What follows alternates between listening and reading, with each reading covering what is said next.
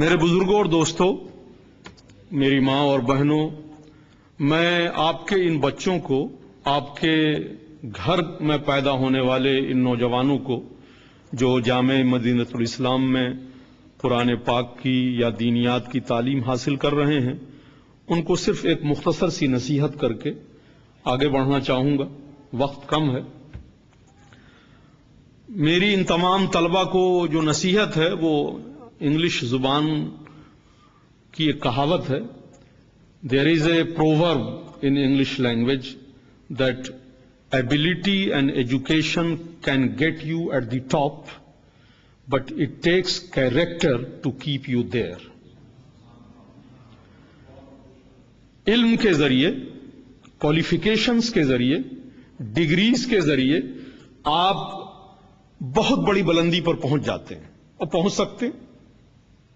آپ بہت بڑے انجینئر بن سکتے ہیں، بہت بڑے ٹیکنیشین بن سکتے ہیں، بہت بڑے پولیٹیشین بن سکتے ہیں، بہت بڑے اکنامسٹ بن سکتے ہیں، بہت بڑے کنسلٹنٹ اور ڈاکٹر بن سکتے ہیں، بہت بڑے لائر اور بیرسٹر بن سکتے ہیں، بہت بڑے عالم دین بن سکتے ہیں، بہت اچھے ناطخواں بن سکتے ہیں، بہت اچھے قاری بن سکتے ہیں، ٹاپ پر پہنچ سکتے ہیں آپ۔ علم وہاں تک پہنچا تو دیتا ہے، لیکن علم کے اندر یہ طاقت نہیں ہے کہ اس نے جہاں پہنچا دیا ہے وہاں آپ کو رکھے بھی۔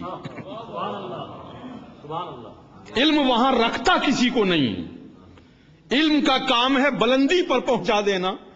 جو چیز اس بلندی پر آپ کو رکھتی ہے وہ آپ کا اخلاق ہے، آپ کا کردار ہے۔ اسی لیے آپ نے سنا ہوگا علماء کی زبانی کہ ابلیس کو اس کے علم نے جنت میں فرشتوں کی یونیورسٹی کا استاذ بنا دیا۔ ابلیس کے علم نے اس کو ٹاپ پر پہنچایا۔ وہاں سے گرا کیسے وہ؟ علم کی کوئی گارنٹی ہی نہیں تھی کہ ابلیس جہاں پہنچ گیا وہیں رہے گا، ورنہ وہیں رہتا۔ اگر علم یہ گارنٹی دیتا تو ابلیس جہاں پہنچ گیا تھا وہی رہتا، اس لیے کہ ابلیس جتنا بڑا عالم اس وقت تھا آج بھی ہے۔ تمام علماء کی موجودگی میں پوری ضمانت دیتا ہوں اور یقین کے ساتھ کہتا ہوں کہ ابلیس کے علم میں آج بھی کوئی کمی نہیں آئی ہے۔ تو اگر علم کوئی گارنٹی دے سکتا کہ جس بلندی پہ پہنچے ہو وہاں رہو گے علم کے ذریعے، تو شیطان بھی وہیں رہتا۔ وہاں سے نکالا گیا، ذلیل و خوار ہوا۔ کیوں ہوا؟ اس کے پاس کیریکٹر نہیں تھا۔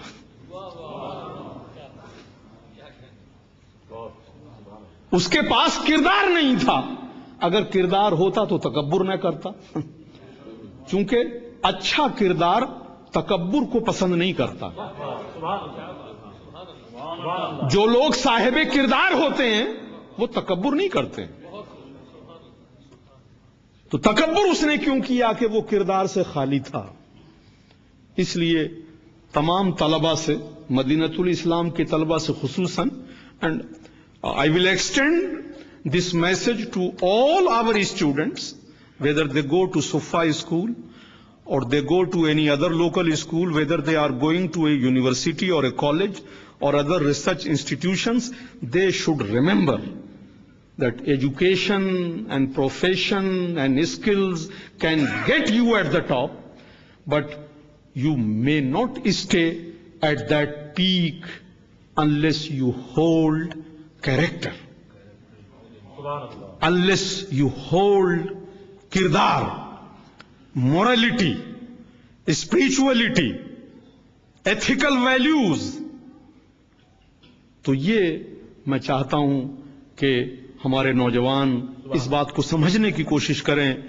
آج پوری دنیا میں علم ہی کی ہیبت ہے، علم ہی کی دھوم دھام ہے، علم ہی کی شہرت ہے، اور ہونی چاہیے۔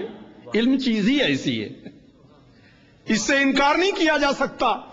لیکن علم کی اس ہیبت، علم کی اس شہرت، علم کے اس پروپیگنڈے اور علم کی اس طاقت میں کہیں یہ راز ہمارے ہاتھوں سے نکل نہ جائے کہ علم ترقی تو دیتا ہے لیکن اس ترقی کو مینٹین کرنے کی ضمانت تو اخلاق اور روحانیت دیتی ہے.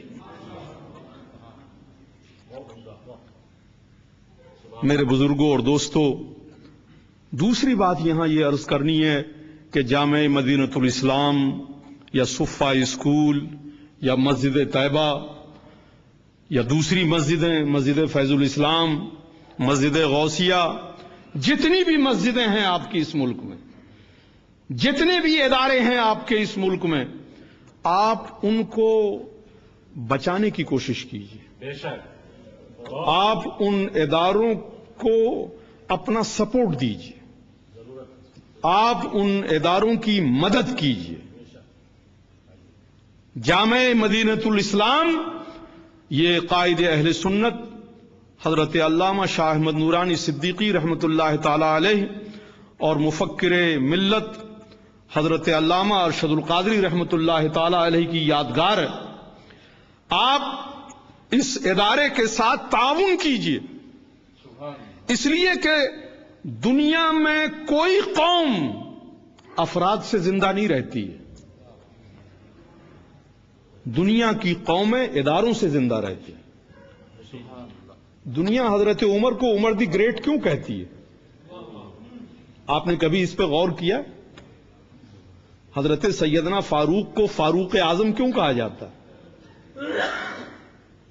تمام حکمرانوں میں ان کا نام سنہرے حرفوں میں کیوں لکھا ہوا ہے؟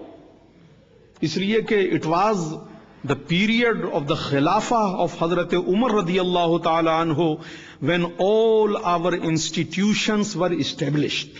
Subhanallah, Subhanallah.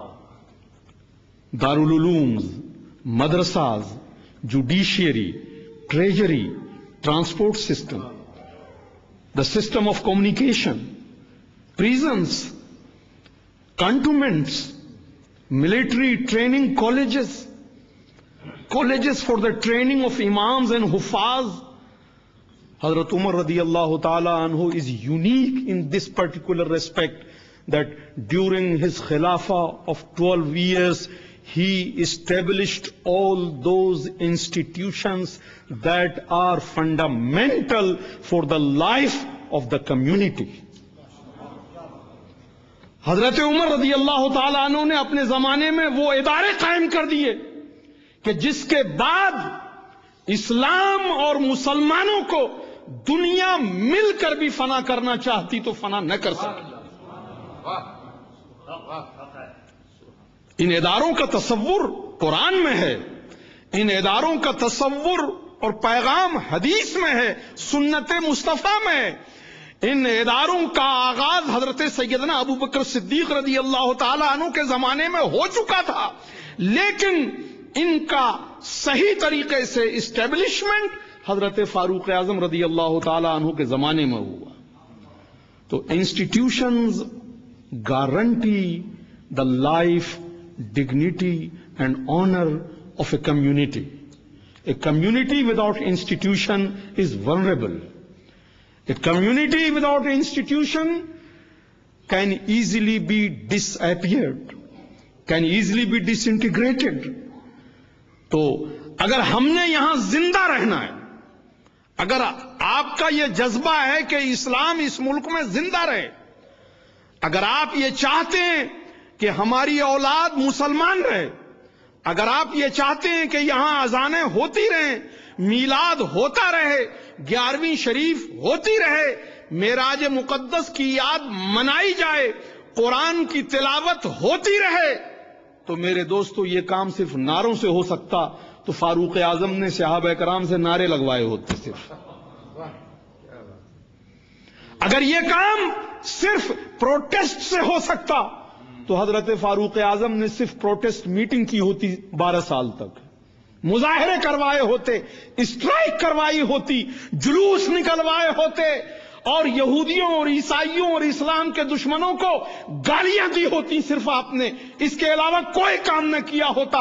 لیکن حضرت سیدنا فاروق اعظم رضی اللہ تعالی عنہ یہ جانتے تھے کہ مسلمانوں کو اور ملت اور امت کو زندہ رکھنے کے لیے صرف نعرے کافی نہیں ہیں.